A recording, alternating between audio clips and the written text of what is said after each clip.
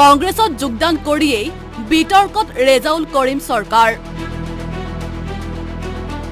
শিৱসাগৰ তিনিচুকীয়াক ধুবুৰী আৰু ধুবুৰীক শিৱসাগৰ বনাব ৰেজাউল কৰিমে। শিৱসাগৰক ধুবুৰী বনাম, ধুবুৰীক শিৱসাগৰ বনাই, বৰাকক শিৱসাগৰ বনাই। ৰেজাউল কৰিমক লগত লৈ বৰ অসম গঢ়াৰ হুংকাৰ গৌৰৱ গগৈৰ। দেওবাৰে আনুষ্ঠানিকভাৱে কংগ্ৰেছত যোগদান কৰিলে আপচুৰ প্ৰাক্তন সভাপতি ৰেজাউল কৰিম চৰকাৰে। প্ৰদেশ কংগ্ৰেছৰ সভাপতি গৌৰৱ গগৈৰ উপস্থিতিত দিছপুৰস্থিত মানৱেন্দ্ৰ কমপ্লেক্সত অনুষ্ঠিত যোগদান কাৰ্যসূচীত কংগ্ৰেছ দলত যোগদান কৰে মনোজ মহন্তসহ আন কেইবাগৰাকীও ব্যক্তিয়ে। দিছপুৰস্থিত মানৱেন্দ্ৰ কমপ্লেক্সত কংগ্ৰেছত যোগদান কৰিয়েই বিতৰ্কত সোমাই পৰিল ৰেজাউল কৰিম। ৰেজাউলে গঢ়িব বৰ অসম।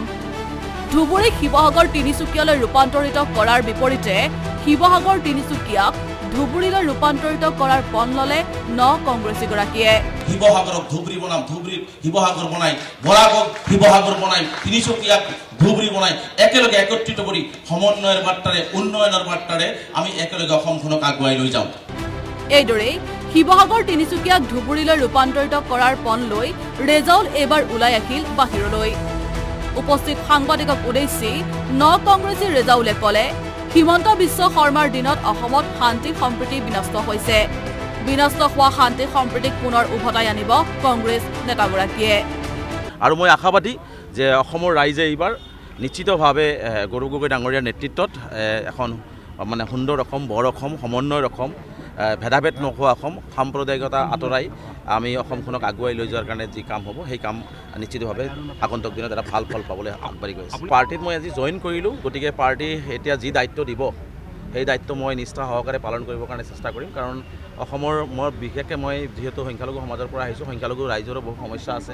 এই সমস্যাখিনি মই পাৰ্টিৰ মাজত কিভাৱে সুন্দৰভাৱে, আজি ভূমিৰ সমস্যা আছে, আজি চৰৰ মাটিৰ পট্টাৰ সমস্যা আছে, স্কুল কলেজৰ সমস্যা আছে, নাগৰিকত্বৰ সমস্যা আছে, বহু সমস্যা আছে। এই কথা বাৰ্তাবিলাক নিশ্চিতভাৱে মই পাৰ্টিৰ মাজত সুন্দৰভাৱে তুলি ধৰাৰ চেষ্টা কৰিম আৰু সকলো জাতি জনগোষ্ঠীৰ লগত কেনেকৈ এটা সমন্বয়ৰ হাকোট সৃষ্টি কৰিব পৰা যায়। পাহাৰ, ব্ৰহ্মপুত্ৰ, বৰাক, ভৈয়াম, শদিয়াৰ পৰা ধুবুৰী, বৰাকৰ পৰা ব্ৰহ্মপুত্ৰলৈ সকলোতে আমি কেনেকৈ একেলগে মিলিজুলি আমি এখন সুন্দৰ অসম কৰিব পৰা যায় তাৰ কাৰণে নিশ্চিতভাৱে কাম কৰিম। গতিকে পাৰ্টিয়ে মোক য'ত যেনেকৈ দায়িত্ব দিব মই সেই দায়িত্ব পালন কৰিম। ইফালে যোগদান কাৰ্যসূচীক লৈ উৎফুল্লিত প্ৰদেশ কংগ্ৰেছৰ সভাপতি গৌৰৱ গগৈয়ে ক'লে, বৰ অসম গঢ় দিয়াৰ উদ্দেশ্যে আগবাঢ়িব কংগ্ৰেছ দল। মাটি বচাওক, জাতি বচাওক, এই উদ্দেশ্য লৈ আজি 11 তাৰিখে আমি যোগদান কাৰ্যসূচী আয়োজন কৰিছোঁ।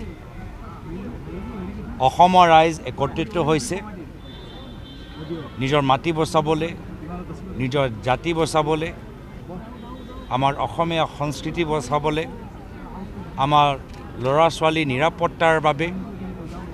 আৰু সেইকাৰণে আমি পুনৰবাৰ যি বৰ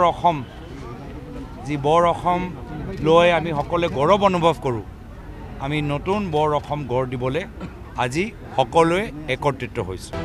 এইদৰে কংগ্ৰেছত যোগদানৰ দিনটোতেই বিতৰ্কত সোমাই পৰিল প্ৰাক্তন আমচুৰ সভাপতি ৰেজাউল কৰিম।